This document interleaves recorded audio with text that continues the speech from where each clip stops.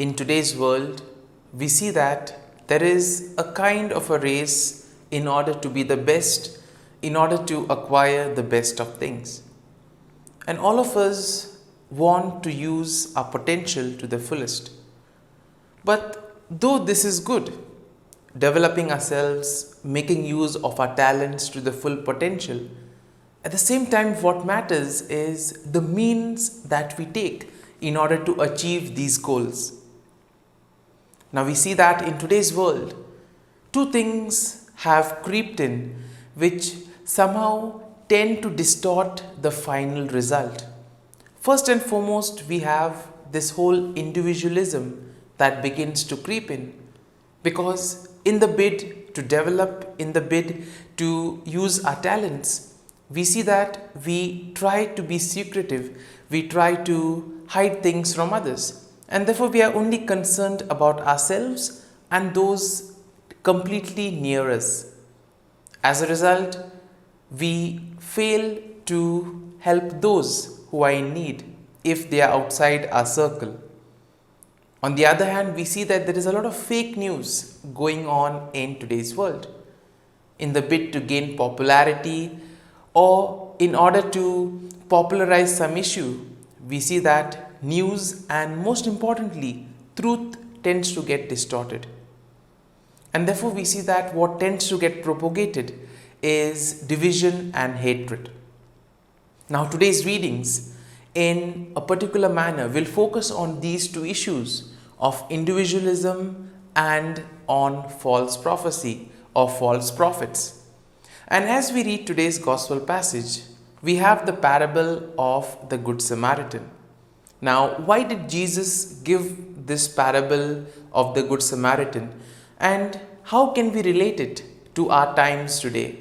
Well, let's find that out during today's episode of Tea Time with the Word.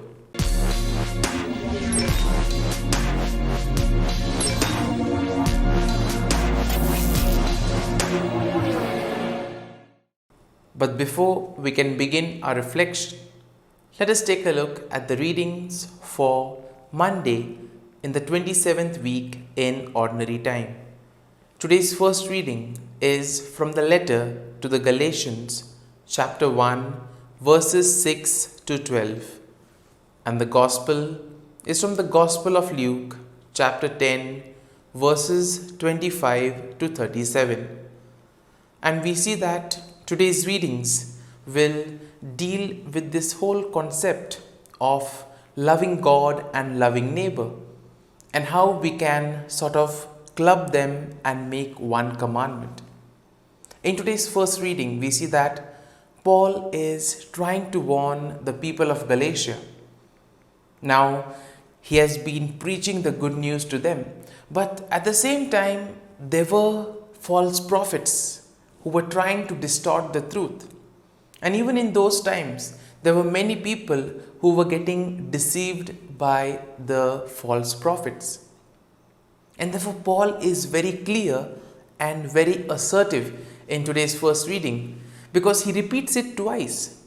He says that even if one of us, or even if some angel comes and tells you something that is contrary to what is the gospel, you are not to believe it. Because we see that sometimes in today's world also, because the news tends to be flashy or because it is interesting, we somehow tend to get easily carried away with it. We see that there's a lot of false news that is being circulated on various social media platforms. And therefore, sometimes if we are not careful enough, we could be misled. Because once we are misled, then we see that it becomes difficult in order to really search for the truth. It is only when somebody comes and enlightens us, it is only then that we realize the truth. And therefore, St. Paul is warning the people of Galatia, beware of the false prophets, beware of those who distort the truth.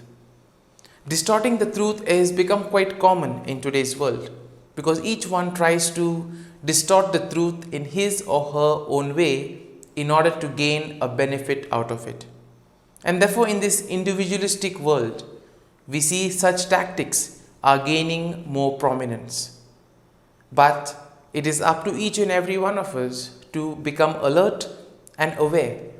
And thus, if we know the truth, we will not be misled by these false prophets. Today's gospel passage is very interesting because today's gospel passage will try to club the two commandments of love of God and love of neighbor together. Now, the context of today's gospel is that there is a man who comes to Jesus and asks him, what must he do to inherit eternal life? And if you analyze the question well, you see that in the question itself, there is a problem. Now, first and foremost, you may say, yes, the man wanted to test Jesus. And during those days, the scribes and the Pharisees were trying to trap Jesus, were trying to see if Jesus says something which could be used against him. And therefore, this question is asked in a way to trap Jesus. But there is a flaw in the question.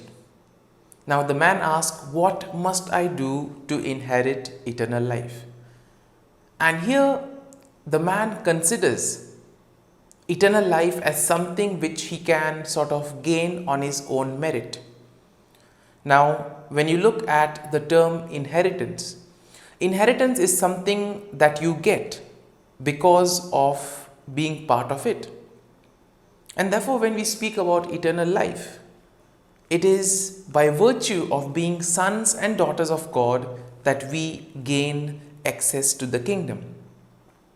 But according to the people of that time, especially for the scribes and the Pharisees, according to their thinking, the kingdom or eternal life was something which could be gained. And therefore, they were so rigid with the law because for them it was, if we follow the law, God has to give us the grace. And therefore, this was what formed their rigid mentality. But therefore, Jesus tries to tell the man that inheritance is something that is you can't acquire by your actions, but it is something that is given to you by God. And then we see that Jesus asks him, what do the law say? And the man, knowing the law very well, tells, you are to love the Lord your God with all your heart, soul, mind, and also your neighbor. And then Jesus tells him, okay, that's correct. Go and practice it. And here we see that the man somehow is not satisfied because he hasn't succeeded in his attempt to test Jesus. And therefore he asks Jesus, who is my neighbor?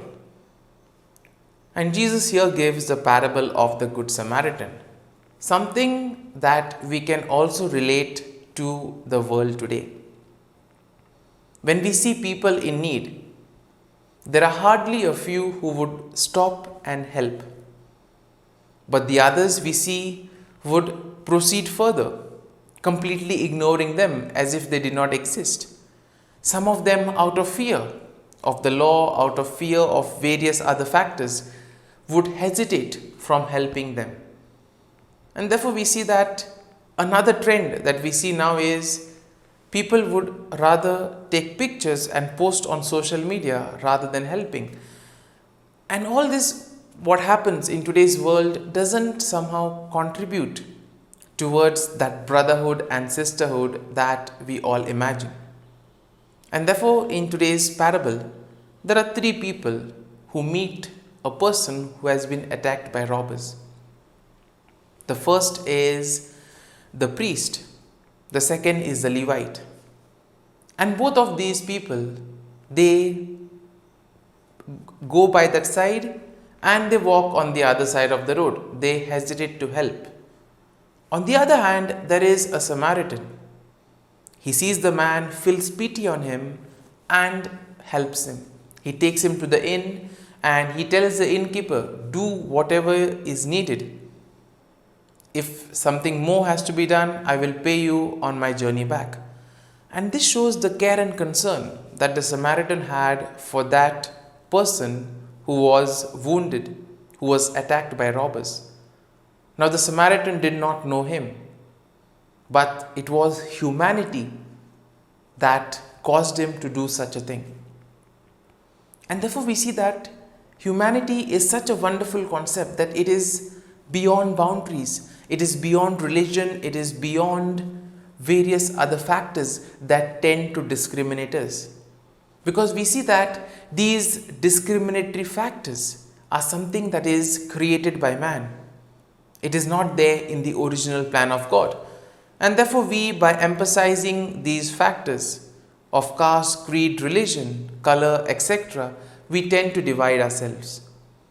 And here we see that when it comes to love, love has no religion, love has no creed, love has no color. For love, everything is equal.